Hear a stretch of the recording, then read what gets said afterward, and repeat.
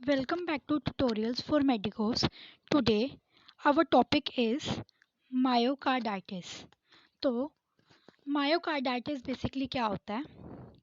Myocarditis is a chronic or acute inflammation of myocardium layer which is the medial layer of the heart. मतलब जो myocarditis होता है ना, ये क्या होता है हमारा, मतलब अभी हम डेफिनेशन कर रहे हैं. myocarditis क्या होता है? ये हमारी एक एक्यूट होती है या फिर ये हमारी क्रोनिक इन्फ्लेमेशन होएगी. ये एक्यूट या क्रोनिक इन्फ्लेमेशन होएगी मायोकार्डियम लेयर की. ठीक है, जो हमारी मिडल लेयर होती है हार्ट की. ठीक है, जो हमारे हार्ट की मिडल लेयर होती है उसकी क्या होती है, एक्यूट या क्रोनिक इन्फ्लेमेशन होती है, उसको हम मायोकार्डाइटिस बोलते हैं. तो अब नेक्स्ट है कि इसके कॉजेज क्या होते हैं. जो हमारे कॉजेज होते हैं ना, उनको हम क्या बोल सकते हैं, और क्या बोल सकते हैं हम कॉजेज को, ईटियोलॉजिकल फैक्टर्स भी बोल सकते हैं. जो कॉजेज होते हैं उनको हम ईटियोलॉजिकल फैक्टर्स भी बोल सकते हैं. और इसके जो कॉजेज होंगे वो क्या क्या हो सकते हैं. एक तो होएगा इन्फेक्शंस. कोई भी इन्फेक्शन की वजह से, वो इन्फेक्शन हमारा वायरल हो सकता है, बैक्टीरियल हो सकता है, फंगल हो सकता है, या फिर पैरासाइटिकल इन्फेक्शन हो सकता है. ठीक है, तो ये हमारे क्या हो गए कॉजेस. अब so the next cause is, ये हमारे कोई चेस्ट ट्रॉमा हो चुका है, ठीक है, उसकी वजह से, या हार्ट की कोई सर्जरी हुई है, हाइपोक्सिया हो गया है, थ्रोम्बस फॉर्मेशन, कोई मतलब थ्रोम्बस है, कोई थ्रोम्बस है, ठीक है, काइंड ऑफ ब्लड क्लॉट जो होता है, ठीक है, उसकी एक फॉर्मेशन हो गई है किसी मतलब बीच में, आर्टरीज के बीच में फॉर्मेशन हो गया है थ्रोम्बस की, जिस वजह से ब्लड प्रॉपरली मतलब सर्कुलेट नहीं हो पा रहा. तो फिर अगर ब्लड सर्कुलेट नहीं हो पा रहा आर्टरीज के बीच में तो उसकी इन्फ्लेमेशन हो जाएगी, है ना. तो फिर किसी थ्रोम्बस फॉर्मेशन की वजह से भी हमें ये वाले होने के चांसेस रहते हैं. ठीक है, next is radiation therapy. Radiation therapy होती है, ठीक है, ये मतलब दो टाइप की होती है. एक तो मतलब जैसे, एक तो हमारी होती है कीमोथेरेपी और दूसरी रेडिएशन थेरेपी होती है. ठीक है, तो अगर किसी को रेडिएशन थेरेपी है मतलब दी है किसी पेशेंट को, तो उसकी वजह से भी ये जो मायोकार्डाइटिस है, इन्फ्लेमेशन है middle layer of the heart की, उसके होने के चांसेस रहते हैं. प्लूरल इफ्यूजन की वजह से. अब प्लूरल इफ्यूजन क्या होता है, जैसे ये दो हमारी लंग्स हैं, ठीक है, मतलब मैं रफ डायग्राम बना रही हूँ, यहाँ पे हमारा हार्ट पड़ा हुआ है. तो किसी की प्लूरल इफ्यूजन हो गया मतलब फ्लूइड फिल्ड हो गया है, तो हार्ट तो इसके बाहर ही है ना, पास में ही है ना, तो सबसे बाहर वाली लेयर हार्ट की कौन सी होएगी, पेरिकार्डियम. ठीक है, दूसरी लेयर क्या होएगी, मायोकार्डियम, है ना. तो पहली लेयर जब पेरिकार्डियम होएगी, दूसरी मायोकार्डियम होएगी. तो जब इन्फ्लेट हो चुकी है एयर, मतलब एयर में मतलब जो ये लेयर है उसकी इन्फ्लेमेशन हो चुकी है, तो पेरिकार्डाइटिस के बाद इन्फ्लेमेशन कहाँ पे लीड करेगी, मायोकार्डाइटिस की, जो हमारी मिडल लेयर है. ठीक है, जैसे ये हमारी 1 2 3. अब इसके बीटल भी ये वाली जो लेयर है वो एंडोकार्डाइटिस पड़ी है, इसकी इन्फ्लेमेशन होगी बाहर वाली लेयर की, फिर अंदर वाली लेयर की इन्फ्लेमेशन होगी, है ना. तो फिर इसी वजह से क्या होएगा, जो प्लूरल इन्फेक्शन है, कोई प्लूरल इन्फेक्शन है या प्लूरल इन्फेक्शन की जगह तुम इफ्यूजन भी लिख सकते हो, कोई प्लूरल इन्फेक्शन है या इफ्यूजन हो चुका है, उसकी वजह से भी मतलब क्या हो सकता है, मायोकार्डाइटिस होने के चांसेस होते हैं. Next is auto immune disorder. कोई ऑटो इम्यून डिसऑर्डर है, ठीक है, कोई ऑटो इम्यून डिसऑर्डर है, उसकी वजह से भी मायोकार्डाइटिस होने के चांसेस होते हैं. नियोप्लाज्म. अब नियोप्लाज्म क्या होता है, नियोप्लाज्म होता है कोई भी न्यू या अबनॉर्मल ग्रोथ हो जाती है टिश्यू की, जो हमारी बॉडी पार्ट का कोई भी एक टिश्यू है, मतलब बॉडी पार्ट का क्या है, टिश्यू है, उसकी एक अबनॉर्मल ग्रोथ हो जाती है. ठीक है, जिसकी वजह से क्या होता है, मायोकार्डाइटिस होने के चांसेस होते हैं. ठीक है, और कोलेजन डिजीज जो होती है ना, या फिर नेक्स्ट इज कोलेजन डिजीजेस की वजह से भी हो सकता है.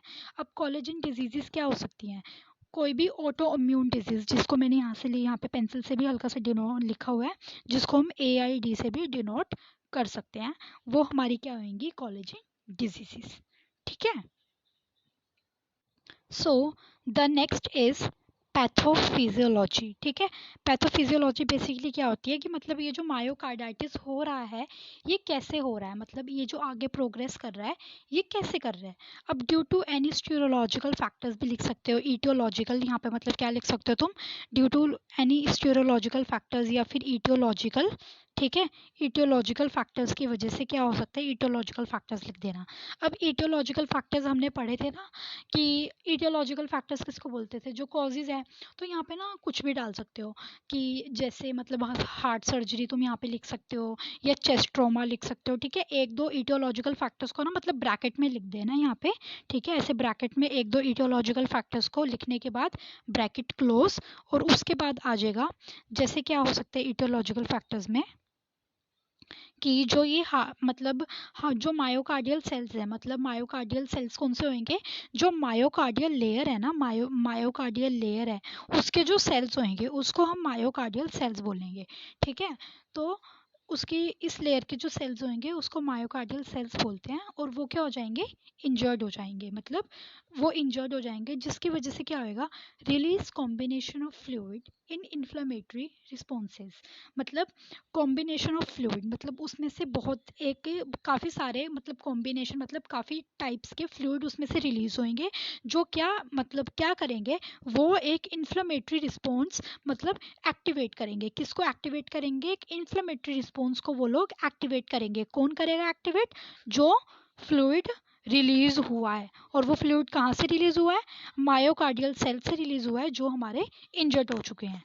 ठीक है, तो वो क्या करेंगे, एक इन्फ्लेमेटरी रिस्पॉन्स को एक्टिवेट करेंगे। तो अभी हम ये पैथो ही आगे कंटिन्यू हो रही है। लास्ट टाइम क्या था, वो लास्ट जो था हमारा उसका था कि इन्फ्लेमेटरी मतलब release of combination of fluids release होंगे। ठीक है, ये भी पैथो ही कंटिन्यू हो रही है। तो कॉम्बिनेशन ऑफ फ्लूइड्स रिलीज होंगे, और उसके बाद क्या होगा कि इन्फ्लेमेटरी रिस्पॉन्स वो एक्टिवेट करेंगे। जब वो इन्फ्लेमेटरी रिस्पॉन्स एक्टिवेट करेंगे तो उसके बाद दो चीज़ें हो सकती है। पहली चीज़ है फीवर, एंड सेकेंड चीज़ है decrease myocardial contractility.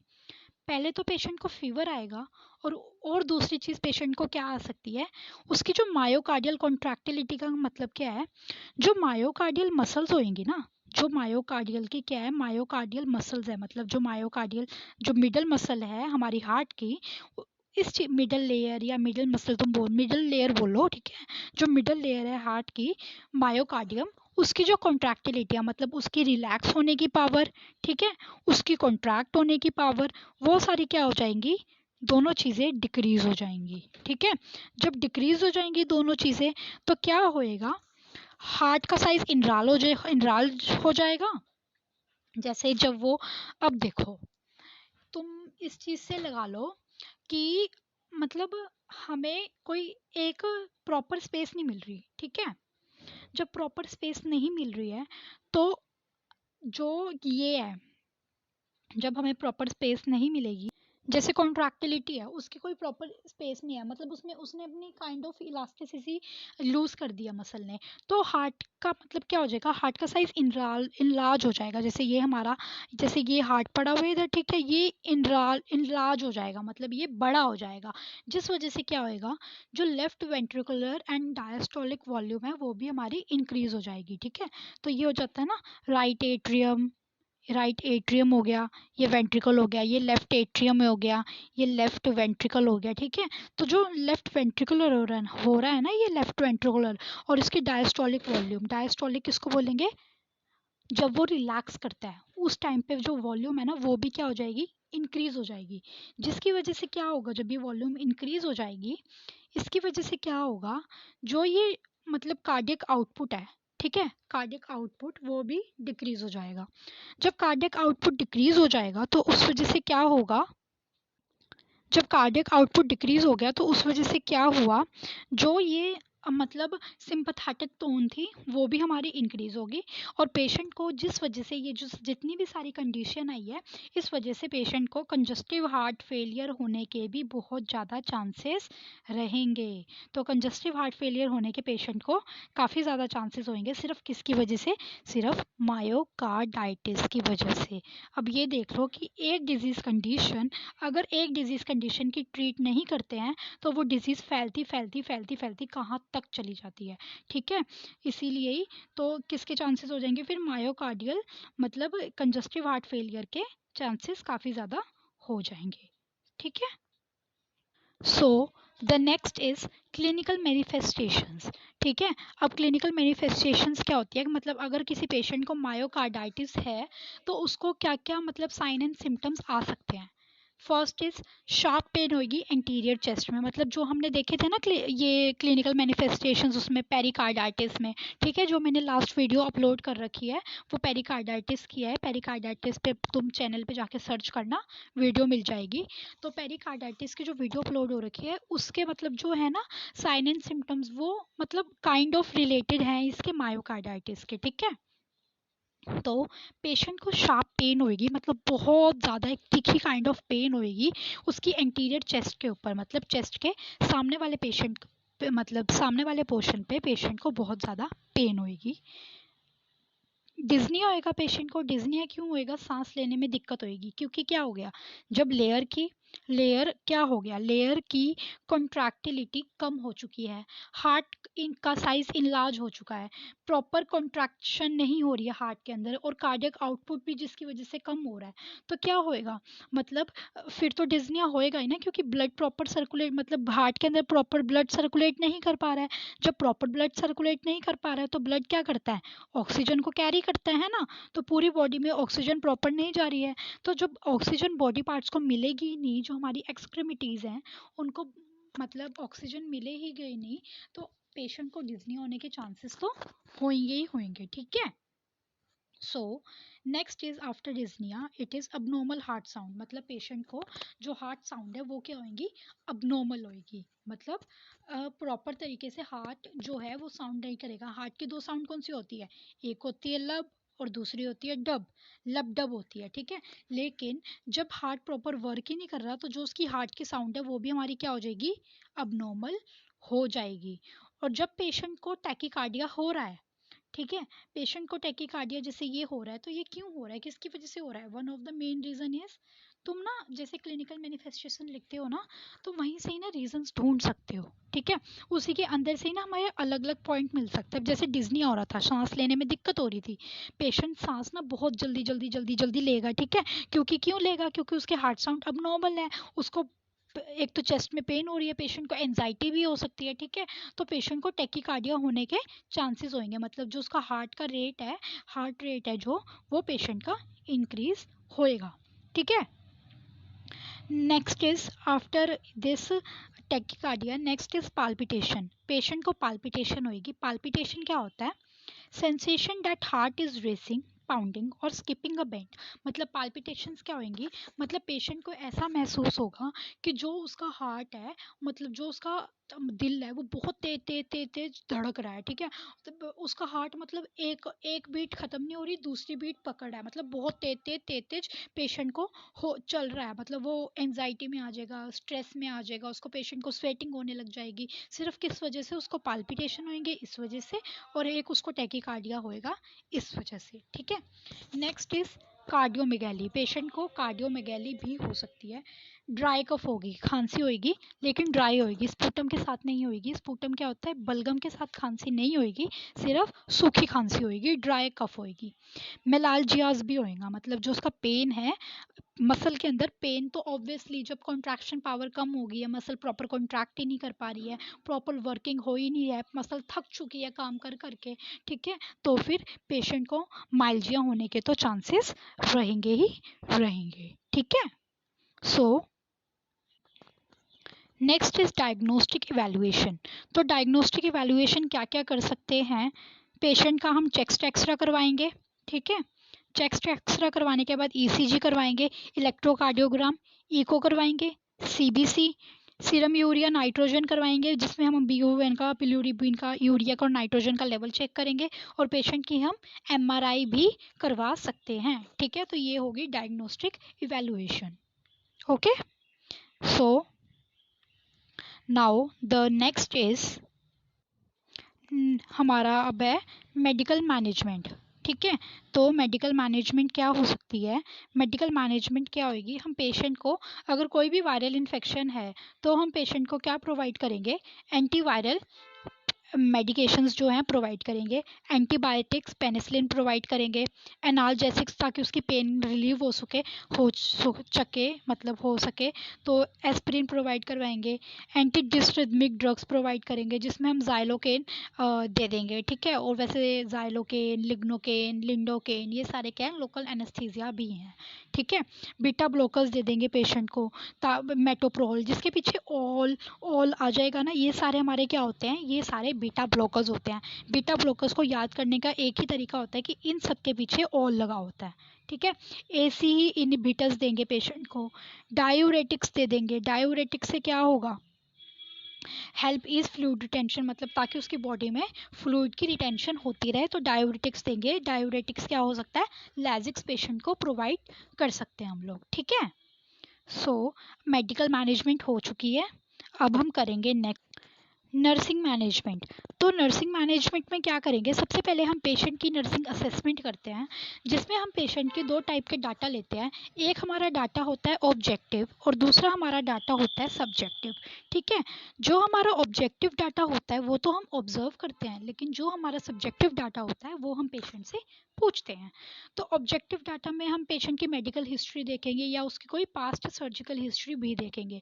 Subjective data में हम पेशेंट की फिजिकल असेसमेंट करेंगे ताकि हमें बेसलाइन डाटा मिल सके, उसके वाइटल साइंस चेक करेंगे या उसको मतलब उसको अलग अलग पोजीशंस देंगे ताकि हम उसके वेरियस टाइप ऑफ मतलब ये पेन जो लेवल है उसकी बॉडी के अंदर वो असेस कर सके। जैसे हमने देखा था पेशेंट को चेस्ट पेन हो रही थी, ठीक है, क्लिनिकल मैनिफेस्टेशंस में देखा था ना कि पेशेंट को चेस्ट पेन हो रही थी। तो हम चेस्ट पेन के लिए क्या करेंगे, पेशेंट को सुपाइन पोजीशन में लिटा देंगे और फिर हम स्थेथो के साथ with the help of this stethoscope हम चेक करेंगे कि पेशेंट की जो मतलब पेशेंट की डिटेक्ट करेंगे पेन लेवल कि पेशेंट की जो पेन है वो हमारी पेशेंट की कितनी है, ठीक है। तो हम ऐसे अपनी असेसमेंट कर सकते हैं, ठीक है। तो नेक्स्ट इज नर्सिंग डायग्नोसिस। अब नर्सिंग डायग्नोसिस में क्या होएगा, नर्सिंग डायग्नोसिस मतलब हम एज अ नर्स क्या क्या डायग्नोज बना सकते हैं। और नर्सिंग डायग्नोसिस पेपर में किसी ना किसी डिजीज़ कंडीशन के आते ही आते हैं और बहुत ज़्यादा इंपॉर्टेंट है, ये मेन पार्ट है नर्सिंग का कि नर्सिंग डायग्नोसिस, ठीक है। जो मैं ये नोट्स प्रोवाइड कर रही हूँ ये बीएससी वालों के लिए तो है ही हैं, लेकिन जीएनएम वाले भी देख सकते हैं, दोनों के लिए नोट्स हैं, ठीक है। तो दोनों क्लासेस के स्टूडेंट्स इसको देख सकते हैं, ठीक है। So first is decrease cardiac output, मतलब देखा था हमने पैथोफिजियोलॉजी में कि कार्डियक आउटपुट डिक्रीज हो रहा था, तो वहीं से ही एक हमारा डायग्नोज बन जाएगा। Decrease cardiac output related to myocardial inflammation. Myocardial inflammation की वजह से जो मायोकार्डाइटिस हो रहा है उसकी वजह से क्या होगा, कार्डियक आउटपुट जो पेशेंट का है वो क्या हो जाएगा, डिक्रीज हो जाएगा। तो उसके लिए हम क्या करेंगे, पेशेंट के वाइटल साइंस असेस करेंगे। Assess patient vital signs and characteristics of heart beat at least every 4 hours, मतलब 4 घंटे के बाद हम पेशेंट के वाइटल साइंस असेस करेंगे। वाइटल साइंस में हम क्या क्या असेस कर सकते हैं, टेम्परेचर, पल्स, रेस्पिरेशन रेट, ठीक है, ये सारा हम वाइटल साइंस में चेक कर सकते हैं। ऑक्सीजन का प्रेशर भी हम वाइटल साइंस में चेक करेंगे, ठीक है। और ये कब करेंगे, हर एक 4 घंटे के बाद हम ये चीज़ चेक करेंगे, ठीक है। Next is assess breath sound via auscultation. Auscultation का मतलब अब क्या है, स्टेथोस्कोप के साथ हम जो चेस्ट की साउंड है उसको असेस करेंगे। Next is administer cardiac mediators and diuretics as prescribe, ठीक है। एज प्रिस्क्राइब्ड हमेशा लिखना है क्योंकि एज अ नर्स हमें अथॉरिटी नहीं है कि हम पेशेंट को ड्रग प्रोवाइड करेंगे। पेशेंट को जो डॉक्टर्स मतलब बताएंगे कि ये वाली ड्रग एडमिनिस्टर करना है तो अकॉर्डिंग टू डॉक्टर ऑर्डर ही हम पेशेंट को ड्रग एडमिनिस्टर करेंगे, इसलिए हमेशा एज प्रिस्क्राइब्ड लिखते हैं, ठीक है। तो कार्डियक मीडिएटर्स और डायूरेटिक्स भी एडमिनिस्टर कर सकते हैं पेशेंट को, ओके। सो ये हमारा पहला डायग्नोज बन चुका है। अब नेक्स्ट डायग्नोज क्या है,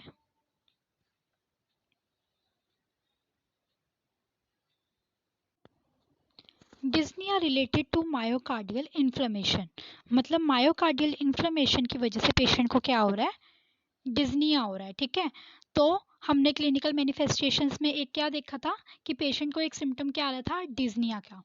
तो उस चीज़ के लिए हम क्या कर सकते हैं as a nurse, assess patient comfortable position, मतलब पेशेंट को ही कंफर्टेबल पोजीशन देंगे, हम पेशेंट को फॉलोअर पोजीशन भी दे सकते हैं।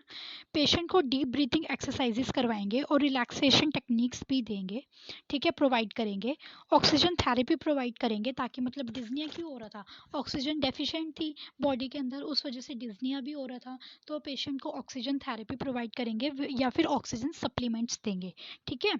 सो ये हमारा सेकंड डायग्नोज है।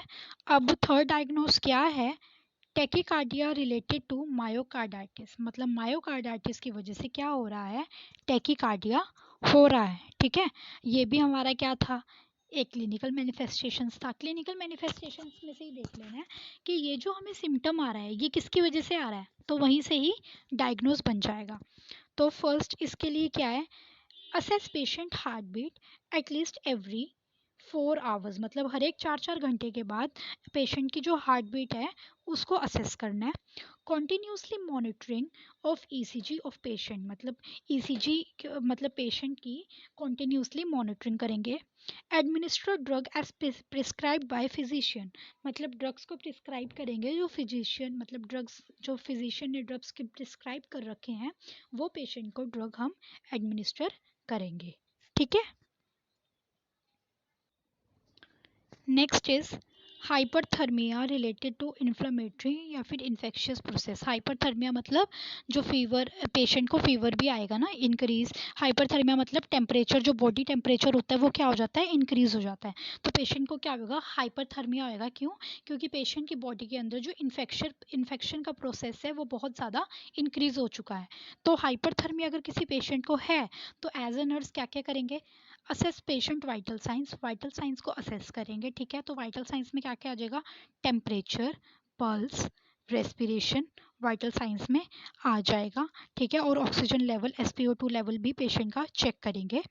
रिमूव एक्सेसिव क्लोथिंग, मतलब अगर पेशेंट को बहुत ज़्यादा हाइपरथर्मिया मतलब बॉडी टेम्परेचर इंक्रीज हो रहा है तो पेशेंट को स्वेटिंग तो होएगी होएगी, तो जो एक्सेसिव क्लोथिंग है मतलब ज़्यादा क्लोथ्स हैं वो क्या करेंगे, पेशेंट के रिमूव कर देंगे। प्रॉपर वेंटिलेशन, प्रॉपर वेंटिलेशन का मतलब क्या है, जैसे पेशेंट एक किसी भी रूम में लेटा हुआ है तो हम उसको मतलब एयर प्रॉपर वहाँ पे सर्कुलेट हो चुके, जैसे विंडोज़ वगैरह है उसको हम खोल देंगे, तो पेशेंट को प्रॉपर वेंटिलेशन प्रोवाइड करेंगे। एडमिनिस्टर एंटीपायरेटिक्स एज प्रिस्क्राइब्ड, मतलब एंटीपायरेटिक्स मतलब जीफी वगैरह जैसे दवाइयाँ होती है ये भी हम दे सकते हैं, या फिर जो डॉक्टर ने प्रिस्क्राइब कर रखी है ना वो ही वैसे दवाई देनी होती है। तो एंटीपायरेटिक्स होते हैं, मतलब ये जो पायरेटिक वर्ड है ना ये फीवर के लिए ही यूज़ होता है, जैसे बैक्टीरिया के लिए एंटीबायोटिक्स होता है ना, ऐसे फीवर के लिए एंटीपायरेटिक वर्ड यूज़ होता है, ठीक है। तो हम पेशेंट को एंटीपायरेटिक्स भी प्रोवाइड कर सकते हैं जो हमें फिजिशियन ने प्रोवाइड कर रखी होती है, ठीक है। अब है कि कॉम्प्लिकेशंस पेशेंट को क्या क्या आ सकती हैं जब पेशेंट को मायोकार्डाइटिस होएगा। पहली कॉम्प्लिकेशन तो यही है कि क्या हो सकता है, पेरिकार्डाइटिस होएगा तो मायोकार्डाइटिस तो होएगा ही होएगा। हार्ट फेलियर होने के पेशेंट के बहुत ज़्यादा चांसेस होते हैं, और कार्डियोमायोपैथी होने के पेशेंट के चांसेस होते हैं। ये 3 मेन कॉम्प्लिकेशन है, ये बहुत इंपॉर्टेंट है और 3 मेन कॉम्प्लिकेशन है। पेपर में अलग से क्वेश्चन ये भी आ सकता है कि सिर्फ और सिर्फ 2 नंबर में कई बार आ जाता है कि सिर्फ और सिर्फ इस चीज़ की कॉम्प्लिकेशंस बताओ, या फिर नर्सिंग मतलब नर्सिंग वो बता दिया, डायग्नोस नर्सिंग मैनेजमेंट बता दी और उसके बाद बताएंगे अलोंग विद इट्स कॉम्प्लिकेशन, तो ऐसे भी पेपर में क्वेश्चन आ जाता है। तो thank you for watching this pericarditis, sorry myocarditis and अगर आपको ये वीडियो समझ आई है तो प्लीज़ इसको लाइक करें and please subscribe my channel. तो अब आगे आगे भी मैं ये और वीडियोस और रिलेटेड डिजीज़ की वीडियोस डालती रहूँगी। Thank you.